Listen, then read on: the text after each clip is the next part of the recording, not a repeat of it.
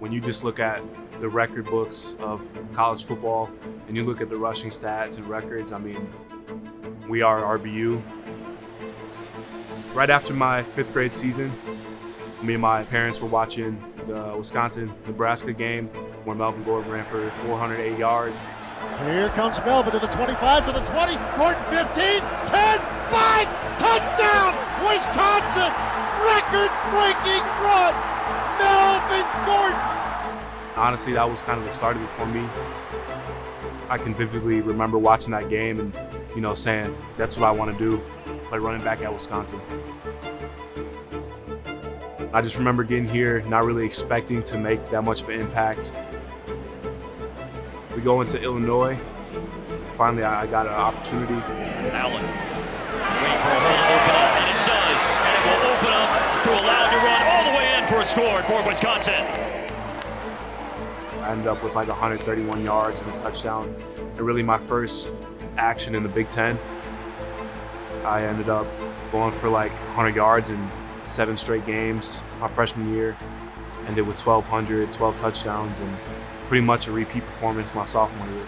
And he's got a touchdown.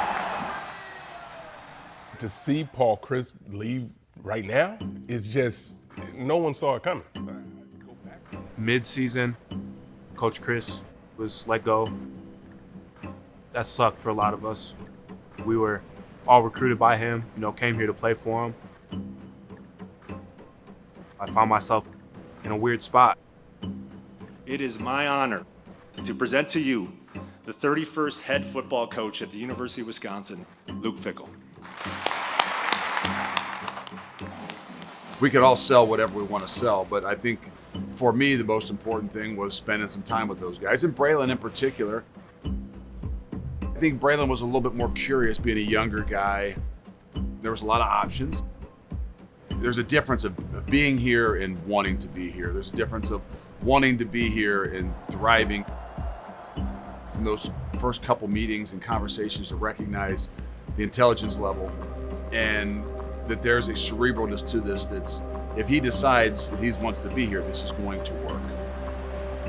There was a lot of uncertainty, but the first thing that he asked of all of us was to have a little bit of blind faith and trust in the process. I made sure that I heard out Coach Vic and everything that he had to say. He sold me.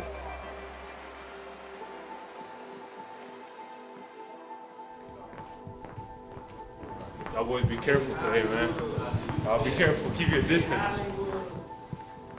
When you look at the history of who we've had here, bruising running backs, hard to tackle. Ladies and gentlemen, Rondo has just become the all-time leading rusher in NCAA history. Very physical, downhill, in between the tackles. The persona of what Wisconsin has been known for. Phil Longo was going to be the offensive coordinator, and he was coming from North Carolina. He has an air raid background, which is obviously a challenge as you walk in here, and not just for the people here, but more so even for the guys.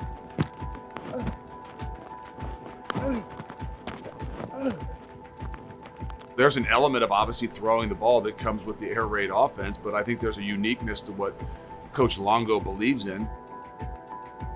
Philosophically, it is about throwing the space, and it is about providing a lot of flexibility to the players. Why would he even be outside? I'm not sure. I'll have to see it on tape. I think the misnomer is people believe it's all pass offense. The first conversation I had with Coach Longo, basically he's asked me, do you care how you get the football? Nice. I asked him, I said, do you care if we hand it to you, if we pitch it to you, if we shovel it to you, if we swing throw it to you, or if you catch something down the field? I told him no, I just want the ball in my hands, and he made sure to let me know that there wouldn't be any really shortage of that, so I was on board. Those types of things allow him, they provide him the stage to present some of the other things that he can do outside of just lining up in the eye and running power. Right now it's just been little screen passes and swings and stuff. So I'm telling Coach Longo already, I'm trying to catch some balls down the field, over the middle, things like that, really try to put some things on display.